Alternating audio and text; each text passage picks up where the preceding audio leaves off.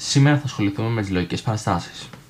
Μια λογική παράσταση είναι μια οποιαδήποτε παράσταση η οποία έχει ως αποτέλεσμα αληθείς ή ψευδείς. Πάμε να δούμε το πρώτο παράδειγμα.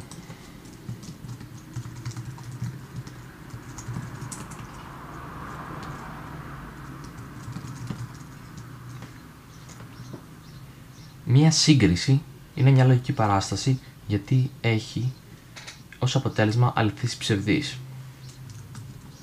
Μια σύγκριση δύο αριθμών. Το 5 είναι μεγαλύτερο του 3. Εάν αυτό ισχύει, τότε θα επιστραφεί αληθής, εάν δεν ισχύει, θα επιστραφεί ψευδής. Αυτός είναι ο αλγόριθμος μου, οπότε εδώ θα επιστραφεί αληθής ή ψευδής και η εντολή εμφάνιση θα το εμφανίσει στην οθόνη του χρήστη. Πατάμε εκτέλεση και βλέπουμε ότι όντως το αποτέλεσμα είναι αληθής. Εάν βάλουμε μια λογική παράσταση η οποία θα πρέπει να μην ισχύει, τότε θα επιστραφεί ψευδής εδώ. Πάμε να δούμε το ακριβώς αντίθετο. Το 5 είναι μικρότερο του 3. Αυτό είναι όπως βλέπουμε ψευδής. Οπότε, τώρα πάμε να δούμε κάτι διαφορετικό. Καταρχάς, το σημείο είναι χρήσιμο να αναφέρουμε τα σχόλια. Τα σχόλια ξεκινάνε με ένα θαυμαστικό και οτιδήποτε περιέχουν δεν έχει καμία απολύτως σημασία για τον υπολογιστή και για το πρόγραμμά μας. Εδώ μπορώ να γράψω ό,τι μου κατέβει και το πρόγραμμα θα τρέξει κανονικά. Παρ' όλα αυτά δεν γράφουμε ό,τι μας κατεβαίνει, αλλά τα σχόλια τα χρησιμοποιούμε για να δώσουμε σε αυτόν που διαβάζει το πρόγραμμα να κατανοήσει καλύτερα το τι κάνουμε. Λόγω χάρη, αυτό το πρόγραμμα ή αλγόριθμος λύνει το τάδε πρόβλημα. Θα μπορούσαμε σε κάθε νέο πρόγραμμα να ξεκινάμε με ένα τέτοιο σχόλιο. Θα μπορούσαμε, αν είχαμε ερωτήματα, εάν ήταν ένα πρόβλημα τύπου πανελληνίων όπου υπάρχει α, β, γ, δ ερωτήματα, θα μπορούσαμε να βάζουμε α ερώτημα και από κάτω να ακολουθεί η λύση του α ερωτήματος. Β ερώτημα και από κάτω να ακολουθεί η λύση του β ερωτήματος. Γ ερώτημα και το καθεξής. Και έτσι αυτός που θα διαβάσει το πρόγραμμά μας, τον αλγόριθμό μας, θα καταλάβει ότι εδώ βρίσκεται η λύση του α ερωτήματος και θα του είναι πιο εύκολο να το διορθώσει. Το ίδιο και εδώ, το ίδιο και από κάτω. Όπως βλέπουμε λοιπόν, τα σχόλια απλά εξυπηρετούν στο να κάνουν πιο κατανοητό το πρόβλημα είτε σε αυτόν που το διαβάζει είτε και σε εμάς. Γιατί εάν ξαναδιαβάσουμε αυτό το πρόγραμμα ή τον αλγόριθμο μετά από λίγο καιρό, τότε ενδεχομένως να έχουμε ξεχάσει και οι ίδιοι τι είχαμε κάνει. Οπότε, εδώ απλά βάζω μια σημείωση. Οι συγκρίσεις στα μαθηματικά, η σύγκριση μεγαλύτερο ή ίσον συμβολίζεται με το εξής σύμβολο. Αυτό. Όμως εδώ πέρα δεν υπάρχει αυτό το σύμβολο και ακολουθείται ως ισοδύναμό του το μεγαλύτερο ή ίσον. Το ακριβώς ίδιο για το μικρότερο ή ίσον, που εδώ το χρησιμοποιούμε ως μικρότερο ή ίσον, και το διάφορο που στα μαθηματικά συμβολίζεται έτσι, εδώ χρησιμοποιείται ως μεγαλύτερο ή μικρότερο, άρα όχι ίσον. Οπότε ας έχουμε αυτά στο μυαλό μας και πάμε να δούμε μερικά ακόμη παραδείγματα. Εμφάνισε 5 διάφορο του 3. Εδώ θα εμφανιστεί αληθής εάν αυτά οι δύο αριθμοί μεταξύ τους είναι διαφορετικοί. 5 διάφορο του 3, αληθής. Άρα όντως βλέπουμε ότι επιστρέφεται αληθής. Αν το 5 είναι ίσο με το 5, τότε 5 διάφορο του 5, ψευδής. Και βλέπουμε ότι όντως επιστρέφεται ψευδής. Μετά μπορούμε να πούμε 10 μεγαλύτερο ή ίσο του 10. Αφού ισχύει το ίσον, εδώ θα επιστραφεί αληθής. Ενώ άμα είχαμε αυστηρά μεγαλύτερο, θα επιστρεφόταν ψευδής. Γιατί το 10 δεν είναι μεγαλύτερο του 10. Εδώ μπορούμε να έχουμε μέσα αριθμητικές παραστάσεις και εδώ το ίδιο. Δηλαδή, εδώ θα μπορούσαμε να είχαμε 10 επί 2 δια 4 μεγαλύτερο του 10 επί 1 δια 6 και μόλις το εκτελούσαμε να βγαίνει αληθής, γιατί τι θα γινόταν εδώ πέρα, αρχικά το πρόγραμμα θα πήγαινε, θα υπολόγιζε αυτή την αριθμητική παράσταση, θα επέστρεφε το αποτέλεσμά της 10 επί 2 δια 4, 20 δια 4 που κάνει 5, μετά θα πήγαινε σε αυτή τη λογική παράσταση, θα υπολόγιζε το αποτέλεσμά της που κάνει 10 επί 1, 10 δια 6, 10 δια 6, δεν βγαίνει ωραίος αριθμός, που προφανώς αυτός ο αριθμός είναι μεγαλύτερος από αυτόν, άρα είναι αληθής. Θα μπορούσαμε να βάλουμε και άλλα τέτοια παραδείγματα. Εμφάνισε 8 επί 80 η συντρίτη μεγαλύτερο του 9 επί 12 στο τετράγωνο, και αφού υπολογιστεί αυτή η παράσταση, εάν είναι μεγαλύτερη από αυτή την παράσταση που θα υπολογιστεί επίσης, τότε επιστρέφεται αληθής. Αν αυτή είναι μικρότερη ή ίση, εάν είναι ίσες δεν θα ισχύει το μεγαλύτερο, θα ισχύει το μεγαλύτερο ή ίσον ή το απλό ίσον. Πάντως το μεγαλύτερο δεν θα ισχύει. Αν πατήσουμε εκτέλεση, εδώ βλέπουμε αληθή, γιατί αυτό το αποτέλεσμα είναι αρκετά μεγαλύτερο. Το 80 η συντρίτη προφανώς είναι πολύ μεγαλύτερο από το 12. Αν βάζαμε 120 στο τετράγωνο, πάλι αληθής. Ενώ αν βάζουμε στην τρίτη, προφανώς θα γίνει ψευδής, γιατί αυτό πλέον είναι στην τρίτη, οπότε είναι πολύ μεγαλύτερος αριθμός από το 80 στην τρίτη. Το 9 δεν έχει πολύ μεγάλη επιρροή σε τέτοιες συγκρίσεις. Τέλος πάντων, αρκετά με τα μαθηματικά. Οπότε βλέπουμε εδώ πέρα ότι μπορούμε να φτιάξουμε διάφορες λογικές παραστάσεις. Τώρα μπαίνουν στο παιχνίδι τα και, ή και όχι. Λοιπόν, πώς λειτουργούν? Το και παίρνει μια λογική παράσταση αριστερά του και μια λογική παράσταση δεξιά του. Υπολογίζει τη μια λογική παράσταση, υπολογίζει την άλλη λογική παράσταση, και εφόσον είναι και οι δύο αληθείς, επιστρέφεται ως μια νέα λογική παράσταση, το α και β, το οποίο είναι αληθής αν είναι και τα δύο αληθείς, και το α και το β, ή ψευδής εάν είναι ένα από τα δύο ψευδής. Δηλαδή, αν αυτό είναι ψευδής και αυτό είναι αληθής, τότε επιστρέφεται ψευδής, γιατί δεν ισχύουν και τα δύο. Άλλωστε το και στη γλώσσα μας είναι αναμενόμενο να έχει τέτοια απέτηση. Θέλουμε και το ένα να αληθής και το άλλο, έτσι ώστε να επιστραφεί αληθής. Αλλιώς είναι ψευδής. Θα δούμε μερικά παραδείγματα τώρα.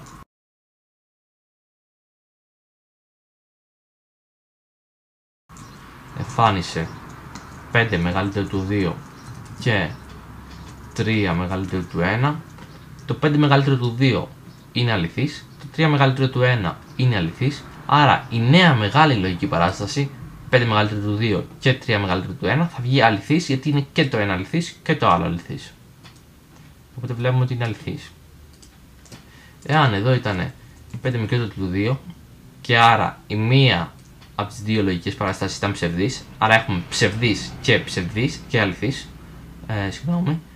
τότε θα έχουμε ψευδής ως αποτέλεσμα, γιατί η και απαιτεί να είναι και τα δύο αληθείς.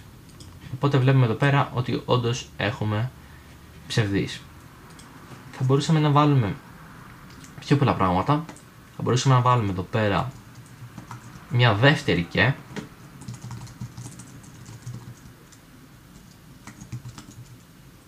θα βάλω εδώ κάτι πιο σύνθετο, 5 διάφορο του 2, και εδώ θα βάλω κάτι που είναι αληθής. Αυτό δεν είναι αληθής σίγουρα, αλλά αυτό είναι. Οπότε εδώ τι γίνεται? Επειδή αυτή η λογική παράσταση είναι σε παρένθεση, θα πάει και θα υπολογιστεί πρώτα. Οπότε πάει το πρόγραμμα και υπολογίζει αυτή τη λογική παράσταση.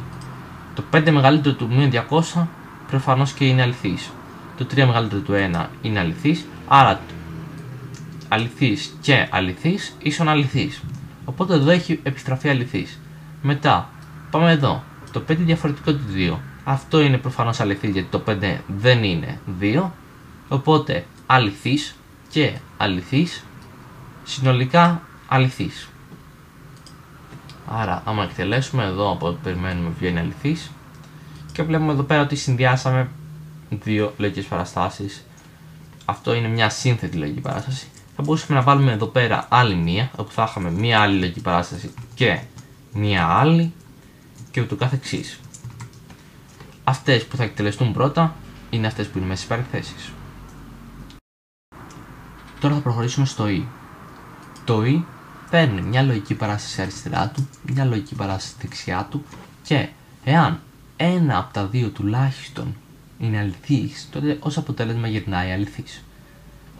Και στην καθημερινή μας γλώσσα λέμε ισχύει αυτό ή εκείνο. Εάν ένα από τα δύο ισχύει, τότε αυτή η πρόταση είναι όντως σωστή. Πάμε όμως να δούμε κάποιο παράδειγμα. 5 μεγαλύτερο του 2 ή 3 μικρότερο του 1. Το 5 μεγαλύτερο του 2 είναι αληθής, το 3 μικρότερο του 1 δεν είναι αληθής, είναι ψευδής. Άρα αληθής ή ψευδής επιστρέφεται αληθής. Γιατί το ένα από τα δύο τουλάχιστον είναι αληθής. Οπότε βλέπουμε ότι επιστρέφεται αληθής. Αν είναι και τα δύο ψευδής, δηλαδή 5 μικρότερο του 2, τότε ούτε το ένα ισχύει ούτε το άλλο. Άρα το α ή β, δηλαδή στην προκειμένη περίπτωση το 5 μικρότερο του 2 ή 3 μικρότερο του 1, επιστρέφει ψευδής. Εάν και τα δύο είναι αληθής, 100 μεγαλύτερο του 1, 300 μεγαλύτερο του 299 ή διάφορα του 299, τότε αληθής ή αληθής προφανώς είναι αληθής, αφού εμάς μας αρκεί ένα από τα δύο να είναι αληθής για να είναι συνολικά η πρόταση αληθής. Δεν είναι κάτι δύσκολο. Δεν έχει σημασία ποιο θα είναι πρώτο και ποιο θα είναι δεύτερο. Θα μπορούσα να αλλάξω τη θέση του 100 μεγαλύτερου του 1 και τη θέση αυτής της λογικής παράστασης. Οπότε συνολικά πρέπει να καταλάβουμε ότι το α και β είναι μια νέα λογική παράσταση που είναι είτε αληθής είτε ψευδής. Άρα είναι λογική παράσταση. Το α ή β είναι επίσης μια νέα λογική παράσταση, αφού και αυτή έχει ως αποτέλεσμα αληθής ψευδής. Και το όχι α που θα μάθουμε τώρα είναι ακόμα πιο απλό στη λειτουργία του και ό,τι λογική παράσταση είναι το α το αντιστρέφει. Δηλαδή αν το α είναι αληθής, τότε το όχι α είναι μια λογική παράσταση η οποία βγαίνει ψευδής. Εάν το α είναι ψευδής, τότε το όχι α είναι μια λογική παράσταση η οποία είναι αληθής. Οπότε πάμε να δούμε ένα πολύ απλό παράδειγμα και εδώ πέρα, το οποίο μπορούμε να κάνουμε λίγο πιο σύνθετο. Οπότε το όχι 5 μεγαλύτερο του 1 ή 3 μικρότερο του 3. Το 5 μεγαλύτερο του 1 είναι αληθής, 3 μικρότερο του 3 είναι αληθής, είναι ψευδής, συγγνώμη. Άρα το ή θα κάνει τη συνολική πρόταση αληθής, αφού το ένα από τα δύο είναι αληθής. Άρα με το όχι η πρόταση αληθής θα γίνει ψευδής. Οπότε πάμε να εκτελέσουμε και βλέπουμε ότι όντως αυτό ισχύει. Σύνθετο παράδειγμα. Αυτό που βλέπετε, εάν το βλέπατε στις Πανελλήνιες ενδεχομένως να έχετε τρομάξει, όμως μπορούμε να το αναλύσουμε με απλό τρόπο και να διευκολύνουμε πολύ τη λύση. Αρχικά βλέπουμε ένα μεγάλο σκέλος,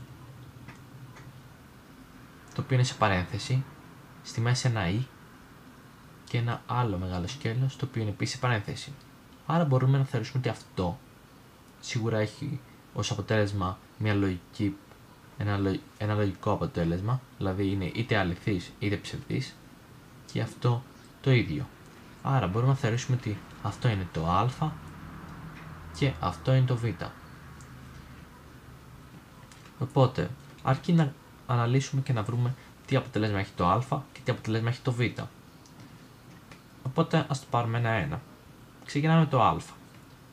Το α είναι αυτή η λογική παράσταση, η οποία είναι επίσης λίγο σύνθετη, αλλά μπορούμε να το διευκολύνουμε εάν θεωρήσουμε ότι το μέσα είναι μια νέα λογική παράσταση, η οποία μπορούμε να την ονομάσουμε γ, και συνολικά η α είναι η όχι γ. Οπότε πάμε και αναλύουμε τη γ. Η γ είναι σχετικά απλή. Μπορούμε να βγάλουμε τις παρενθέσεις, είναι περιττές εκεί πέρα. Βλέπουμε ότι μας έχει ήδη μια λογική παράσταση. Εδώ αυτό είναι ψευδής ή ψευδής, το οποίο κάνει ψευδής. Οπότε ψευδής και κάτι εμείς γνωρίζουμε ότι κάνει πάντα ψευδής, αλλά ας δούμε κιόλας ότι έτσι κι αλλιώς και το δεύτερο σκέλος είναι ψευδής, άρα ψευδής και ψευδής είναι ψευδής. Άρα ψευδής, αυτό είναι λάθος, εδώ είναι και ψευδής είναι ψευδής. Οπότε η γάμα συνολικά τι είναι? Ψευδής. Είδαμε ότι πήραμε 1-1 και ξεκινήσαμε φυσικά μέσα από τις παρενθέσεις και βρήκαμε ότι η γάμα είναι ψευδής.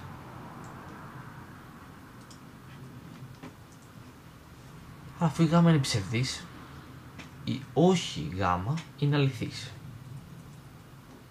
Άρα η α αληθής. Όμως αφού είναι αληθής ή β, αληθής ή οτιδήποτε γενικότερα, κάνει αληθής.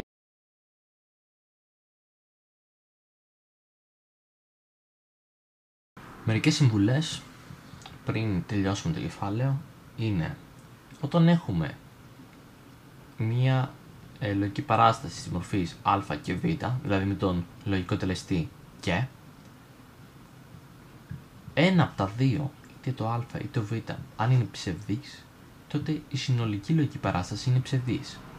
Γιατί η και απαιτεί και τα δύο να είναι αληθής για να είναι αληθής. Αν ένα από τα δύο είναι ψευδής, τότε η συνολική παράσταση είναι ψευδής.